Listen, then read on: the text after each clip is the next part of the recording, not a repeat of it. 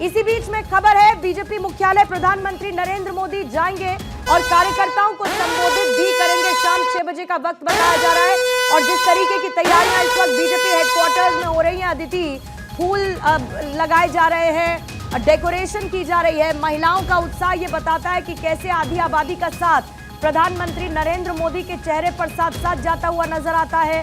नीतीश कुमार का जो कोर महिला वोटर था वो उनके साथ इंटैक्ट नजर आता है। लेकिन शाम 6 बजे प्रधानमंत्री मोदी का जाना बीजेपी हेडक्वार्टर इसीलिए इंपॉर्टेंट है क्योंकि कार्यकर्ताओं को वो संबोधित करेंगे, कार्यकर्ताओं का धन्यवाद अदा करेंगे। जैसा कि बीजेपी को लेकर अदिति आप हमेशा कहती है कि चुनावों का ऐलान होता नहीं है, उससे पहले बीजेपी ग्राउंड पर चुनावी तैयारी के लिए उस राज्य में उतर जाती है और उसका रिफ्लेक्शन ये ऐसे में प्रधानमंत्री का संबोधन बनता है, कार्यकर्ताओं को धन्यवाद देना, दिन रात एक करते हुए एनडीए को इस मजबूत स्थिति में लेकर आने के लिए।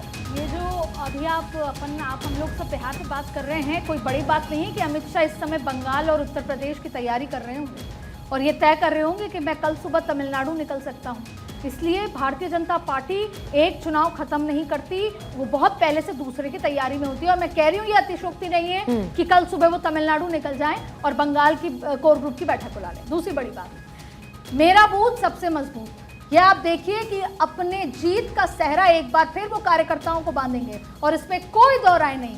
देखिए आप जाते हैं, देखिए जहां जहां पर वो रैली करने गए हैं वहां पर बहुत अच्छा बीजेपी ने प्रदर्शन किया है। और बहुत अच्छा शब्द तो बहुत छोटा हो गया, जनता जब देती है तो छप्पर फाड़ के देती है नजर। प्रधानमंत्री ने जहां जहां रैली की वहां पर उनका जो वोटर परसेंटेज था वो बहुत ज्यादा हाइक पर गया है।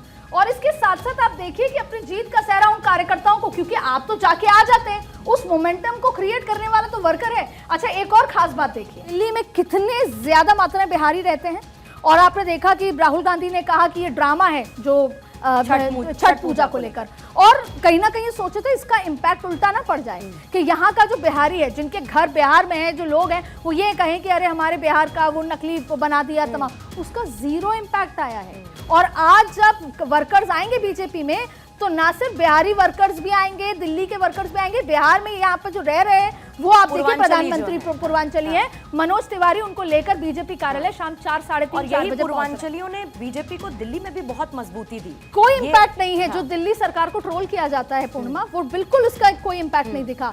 इसलिए जनता, पहली चीज जाहिर तौर पर सुरक्षा सर्वोपरि, दूसरा अभी तक जो स्थिति बिहार में चल रही है वो चाहते हैं वो बनी रहे, वो बेहतर हो और वो बनी रहे, उससे डिटोरिएट ना हो, इसलिए उन्होंने सत्ता, और ये बिल्कुल तेजस्वी और कांग्रेस को नकारा है क्योंकि आपके पास कोई रोड नहीं।